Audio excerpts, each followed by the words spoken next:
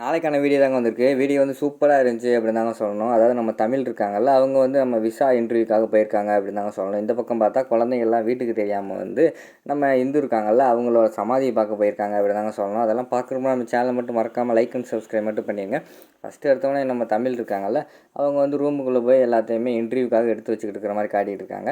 File எடுத்துகிட்டு அவங்களே பார்த்துக்கிட்டு இருக்காங்க. எல்லாமே இருக்கணும், எதுவும் இல்லைன்னா அது இல்லை இது இல்லைன்னு சொல்லிட்டு ரிஜெக்ட் பண்ணிடுவாங்க. அதனால் எல்லாத்தையுமே எடுத்து வச்சுக்கணும் அப்படின்னு சொல்லிட்டு எல்லாத்தையுமே பார்த்துக்கிட்டு இருக்காங்க.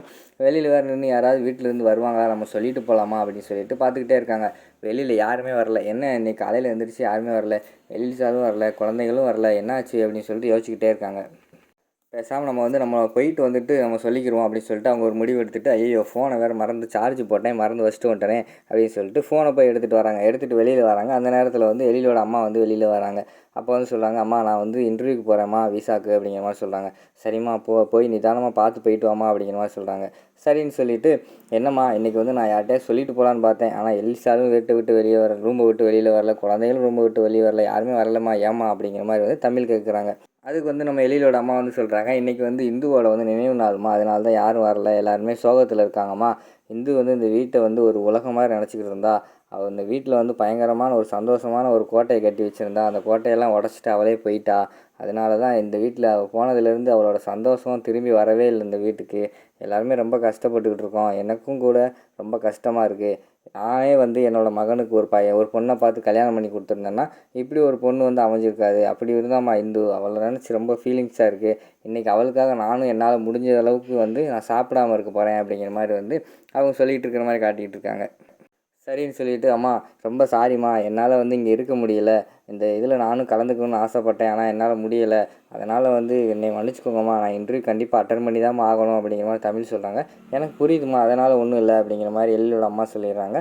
அடுத்து வந்து அஞ்சலி வந்து கேட்டானா சொல்லிடுங்கம்மா, வெளியில் தான் போயிருக்கேன், வந்துடுறேன்னு மட்டும் சொல்லிடுங்க அப்படின்னு சொன்னோடனே எழிலோட அம்மாவும் சரின்னு சொல்லிட்டு கொஞ்ச நேரம் இருமா அப்படின்னு சொல்லிட்டு உள்ளே போய் கொஞ்சம் காசு எடுத்துகிட்டு வராங்க. காசு எடுத்து கையில் கொடுத்துட்டு, இந்தாம்மா இதை வந்து உன்னோட செலவுக்கு வச்சுக்கோ அப்படிங்கிற மாதிரி சொல்கிறாங்க. ஐயோ வேண்டாமா அப்படிங்கிற மாதிரி வந்து தமிழ் சொல்கிறாங்க. இல்லைம்மா உனக்கு தேவைப்படும், செலவுக்கு வச்சுக்கோ அப்படின்னு சொல்லிட்டு செலவு கொடுத்து நம்ம தமிழை வந்து அனுப்பி வைக்கிறாங்க இன்டர்வியூக்கு. அடுத்த சீனில் பார்த்தா அங்கிட்டு குழந்தைங்கள்லாம் ரூமில் வந்து ரொம்ப கவலையாக ஒன்று போல் அந்த கட்டில் உட்காந்துருக்கிற மாதிரி காட்டிக்கிட்டு இருக்காங்க. எனக்கு ரொம்ப அம்மா நினப்பாகவே இருக்குது அப்படிங்கிற மாதிரி வந்து அஞ்சலி சொல்கிறாங்க. அதுக்கு வந்து அபி சொல்கிறாங்க, ஆமாம் அம்மா இருந்திருந்தால் நல்லாயிருக்கும், நம்மளும் சந்தோஷமாக இருந்திருப்போம், ஆனால் இப்போ வந்து எதுவுமே நல்லா இல்லை அப்படிங்கிற மாதிரி அபி சொல்கிறாங்க. அடுத்து வந்து காவியா சொல்கிறாங்க, ஆமாம் அம்மா நம்ம சந்தோஷத்துக்காக தான் வாழ்ந்தாங்க, அது மட்டும் இல்லாமல் அப்பாவே நம்மளை வந்து திட்டினாலும் அம்மா வந்து சமாளிச்சிருவாங்க, அப்பாவே எதிர்த்து பேசுவாங்க, எனக்கு அது ரொம்ப பிடிக்கும், அதனால் எனக்கு அம்மாவே ரொம்ப பிடிச்சிருக்கு அப்படிங்கிற மாதிரி சொல்கிறாங்க. ஆமாம் இப்போல்லாம் அப்பாவை பார்த்தாலே எனக்கு பயமாக இருக்குது, எதுக்கு எடுத்தாலும் கோவப்படுறாரு அப்படிங்கிற மாதிரி கவின் சொல்லிக்கிட்டு இருக்காங்க. இப்போ எனக்கு அம்மா ஞாபகமாக இருக்குது, அம்மாவை பார்க்கணும் அப்படிங்கிற மாதிரி அஞ்சலி சொல்கிறாங்க. அதுக்கு வந்து நம்ம காவியா எல்லாம் சொல்கிறாங்க, நம்மக்கிட்ட தான் எந்த ஃபோட்டோவுமே இல்லையே, எல்லா ஃபோட்டோவுமே அப்பாவுக்கு எடுத்து லாக்கரில் பூட்டி வச்சிட்டாரு, இப்போ நம்ம எப்படி பார்க்குறது, இருந்தாலும் எனக்கு அம்மாவை பார்க்கணும் போல இருக்குது அப்படின்னு சொல்லிட்டு எல்லா குழந்தையும் சொல்கிறாங்க. அதுக்கடுத்து வந்து நம்ம காவியா வந்து சொல்கிறாங்க, நம்மகிட்ட மட்டும் அம்மா ஃபோட்டோ இல்லை, ஆனால் அப்பா மட்டும் ரூம் ஃபுல்லாக வச்சுருக்காரு அப்படிங்கிற மாதிரி சொல்கிறாங்க. சரி வாங்க அப்பா ரூமில் போய் பார்க்கலாமா அப்படிங்கிற மாதிரி கவின் கேட்காங்க. உடனே வேண்டாம் அப்பா ரூமுக்கு போனால் அப்பா திட்டுவார், ஏன் எதுக்குன்னு கேள்வி மேலே கேள்வி கேட்பார், நான் வரல அப்படிங்கிற மாதிரி சொல்கிறாங்க. சரி அப்போனா வாங்க ஸ்டோர் ரூமுக்கு போவோம், எப்படி ஸ்டோர் ரூமில் தான் எல்லாமே இருக்கும், அங்கே எப்படியாவது ஃபோட்டோ அங்கே தான் வச்சுருப்பார், நம்ம எடுத்து பார்ப்போம் அப்படிங்கிற மாதிரி சொல்கிறாங்க. வேண்டாம் அதுவும் தெரிஞ்சுன்னா ரொம்ப திட்டுவார், இப்போ வேறு ஏதாவது வழி இருக்கா அப்படிங்கிற மாதிரி கேட்காங்க. வேறு என்ன வழி இருக்குது அப்படிங்கிற மாதிரி எல்லா குழந்தையும் யோசிச்சுக்கிட்டு இருக்காங்க. அடுத்து வந்து நம்ம கவினுக்கு வந்து ஒரு ஐடியா தோணுது, பேசாமல் நம்ம அம்மா இருக்கிற இடத்துக்கே போயிட்டா அப்படிங்கிற மாதிரி சொல்கிறாங்க. என்ன சொல்கிற, அம்மா இருக்கிற இடத்துக்கு நம்ம எப்படி போக முடியும் அப்படிங்கிற மாதிரி எல்லாருமே கேட்காங்க. இல்லை அம்மாவோட சமாதி இருக்குல்ல அந்த இடம், நம்ம அந்த இடம் எனக்கு தெரியும், வாங்க போவோம் அப்படிங்கிற மாதிரி சொல்கிறாங்க. வேண்டாம் தெரியாமல் போனாலும் அப்பா திட்டுவார் அப்படிங்கிற மாதிரி சொல்கிறாங்க. இல்லை அப்பா ரூமுக்குள்ளே தான் இருக்கார், கண்டிப்பாக இதுக்கப்புறம் வெளியில் வரமாட்டார், பாட்டியும் பூஜை ரூமில் வந்து தியானத்தில் இருப்பாங்க, வரமாட்டாங்க, நம்ம எப்போயா போயிட்டு வந்துடுவோம் அப்படிங்கிற மாதிரி சொல்கிறாங்க. அதுக்கடுத்து வந்து எல்லாருமே அப்படியா சரின்னு சொல்லிட்டு எல்லாருமே போவோம் அப்படின்னு சொல்லிட்டு முடிவு எடுத்துட்டாங்க. சரின்னு சொல்லிட்டு மெதுவாக அப்படியே நடந்து வராங்க. அங்கிட்டு பார்த்தா நம்ம எழில் வந்து ரூமுக்குள்ளே வந்து சரக்கு அடிச்சுக்கிட்டு இருக்கார் கவலையில், அவர் கண்டுக்கிறவே இல்லை, இவங்க போகிறத பார்க்கவே இல்லை. இந்த பக்கம் வந்து நம்ம இவங்க இருக்காங்களே எழிலோட அம்மா வந்து தியானத்தில் இருக்காங்க, அவங்களும் கண் திறக்கவே இல்லை. குழந்தைங்க மெதுவாக வந்துடுறாங்க. வீட்டை விட்டு வெளியில் வந்தோடனே கவின் மட்டும் இருங்க நான் அந்த உள்ளே போயிட்டு வரேன்னு சொல்லிட்டு திரும்பி போகிறாரு. ஐயோ இவனே மாட்டி விட்டுருவான் போலே அப்படின்னு குழந்தைங்கள்லாம் பயந்துக்கிட்டு இருக்காங்க.